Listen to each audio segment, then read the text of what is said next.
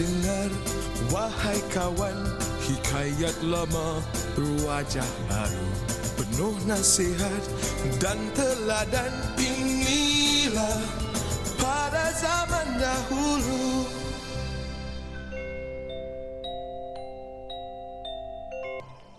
Di sebuah hutan yang indah permai, air sungai jernih mengalir, burung-burung berkicauan dan bunga mekar dengan cantik. Sang kancil sedang berjalan-jalan sambil menghirup udara yang segar.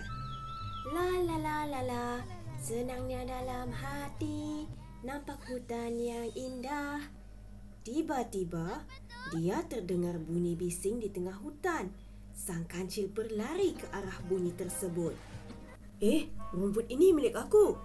Tidak, rumput ini aku yang punya. Sang kancil melihat sang kerbau dan sang kambing sedang bergaduh sambil dilihat oleh penghuni rimba yang lain. Sang kancil terus bertanya kepada sang arnab, apa yang sudah terjadi?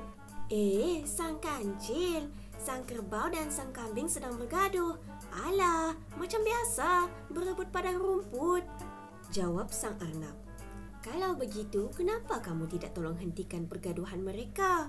Tanya sang kancil dengan penuh hairan. Bukan enggan hentikan sang kancil. Sudah berkali-kali kami hentikan.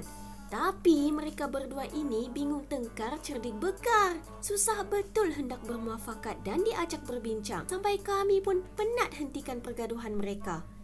Balas sang arnab. Betul. Biarkan sahaja mereka ini, sang kancil. Lama-lama nanti, penatlah mereka, ujar sang monyet. Sang kancil hanya menggelengkan kepalanya dan berlalu pergi. Tatkala penghuni rimba sedang merehatkan mata di malam hari, sekali lagi penghuni rimba diganggu dengan pergaduhan antara sang kerbau dan sang kambing. Kenapa aku kena kongsi padang rumput ni dengan kau? Padang rumput ini milik aku, kata sang kerbau sambil mendengus. Sang kambing berasa geram setelah mendengar kata sang kerbau. Amboi, siapa kata padang rumput ini milik kau? Tempat ini aku punya. Dari aku kecil lagi, aku memang ragut rumput di sini tau. Kau apa tahu?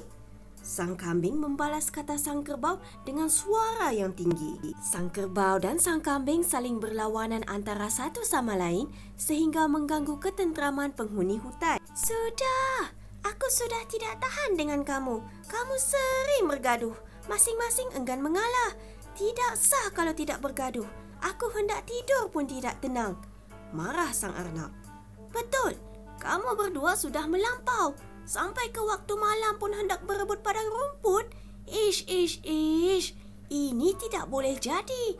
Aku kena panggil sang kancil untuk selesaikan masalah ini, ujar sang monyet pula. Sang monyet datang berjumpa dengan sang kancil. Sang kancil, sang kancil, kamu di mana? Siapa tu? Aku ni, sang monyet. Kami ada masalah yang besar. Sang kancil terdiam sejenak, lalu berkata, ini mesti masalah sang kerbau dengan sang kambing kan? Tanya sang kancil. Betul sang kancil, mereka sudah melampau. Waktu malam pun mereka berebut padang rumput. Geram betul. Kau tolonglah kami, sang kancil. Mereka berdua itu bingung tengkar cerdik bekar. Susah hendak diajak berbincang. Tolonglah kami, sang kancil. Sang monyet meminta pertolongan sang kancil. Dia sudah betul-betul tidak tahan melihat pergaduhan itu. Sudahlah bising. Masing-masing pula enggan mengalah. Sang monyet geram memikirkan kedegilan sang kerbau dan sang kambing. Baiklah, apa ganjaran aku jika aku berjaya selesaikan masalah ini? Tanya sang kancil kepada sang monyet. Kau selesaikan dulu. Ganjaran belakang cerita. Jadi, bagaimana kita hendak selesaikan pergaduhan antara sang kerbau dengan sang kambing?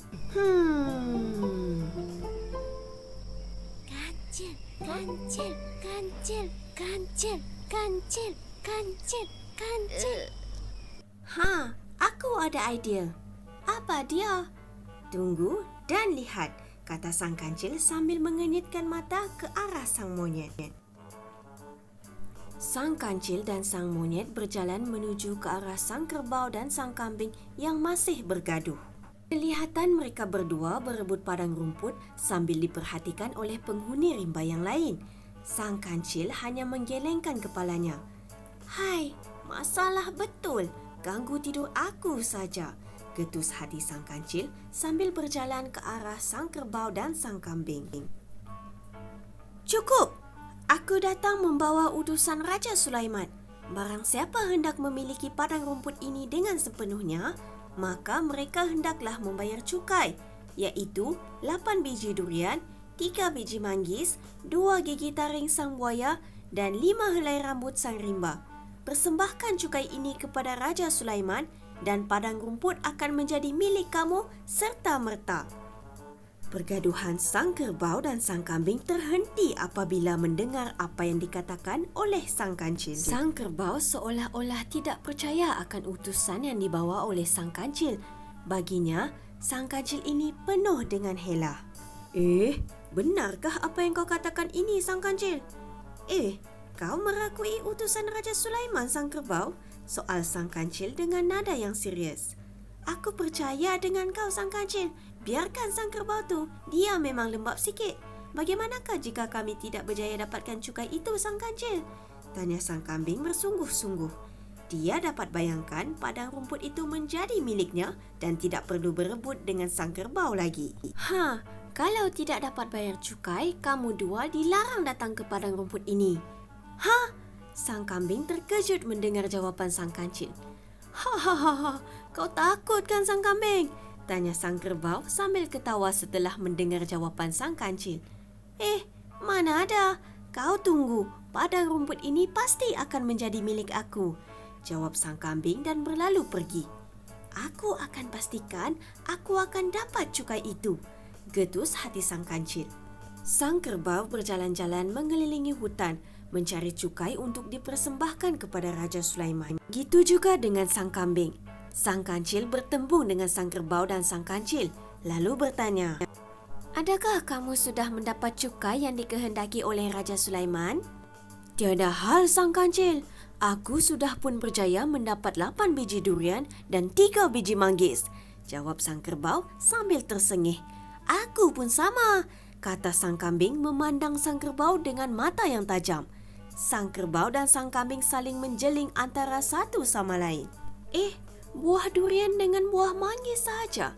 Habis tu, gigi taring sang buaya dengan rambut sang rimba macam mana?" tanya sang kancil. "Jangan risau, sang kancil. Hari ini padang rumput itu aku yang punya. Kau tunggu," kata sang kambing lalu beredar. "Betul, sang kancil. Kau tunggu sahaja," ujar sang kerbau. Sang kancil menggeleng-gelengkan kepalanya. "Kenapalah degil sangat? Bukankah bagus kalau mereka bermuafakat dan berkongsi padang rumput sahaja?" tanya sang kancil dalam hati. Sang kerbau berjumpa dengan sang buaya. "Buaya-buaya, boleh aku minta tolong?" "Apa dia?" tanya sang buaya.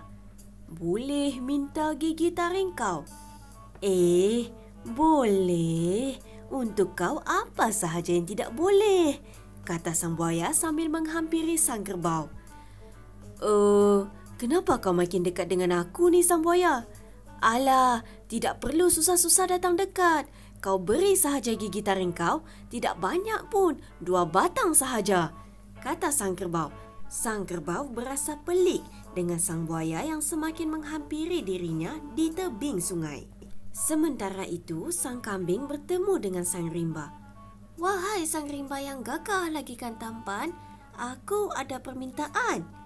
Sang rimba bangkit dari tempat duduknya lalu bertanya dengan suara yang keras.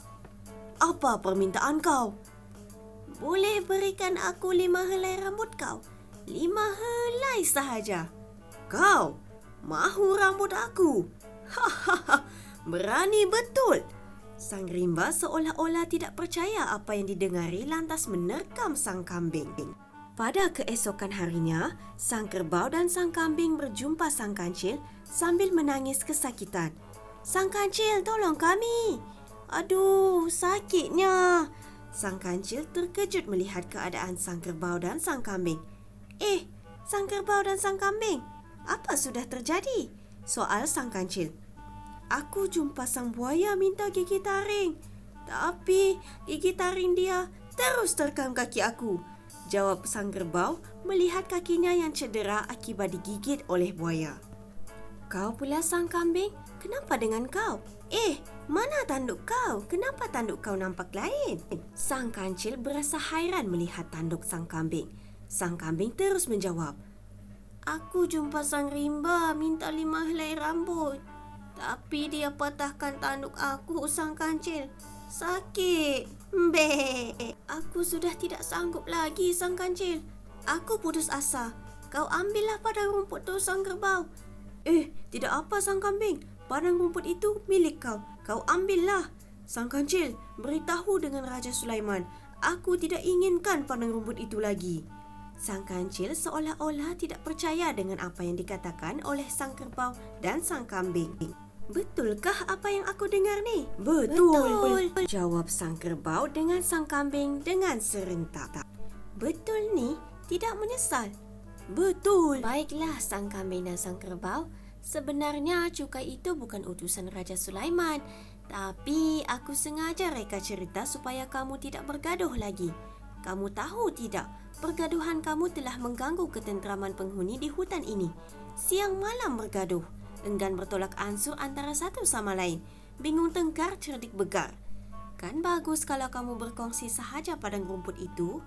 Sang kerbau dan sang kambing saling berpandangan lalu berkata, kami minta maaf sang kancil, sang monyet, sang arnab dan kepada penghuni hutan yang lain.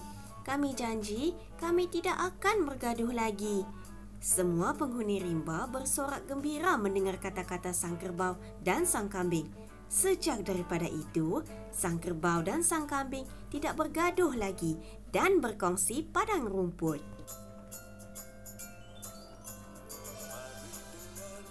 Wahai kawan, hikayat lama berwajah baru, penuh nasihat dan teladan. Inilah pada zaman dahulu, sedap dan manis gula melaka, enak dimakan bersama sagu. Hikayat lama, harta pusaka, turun temurun hingga ke anak cucu.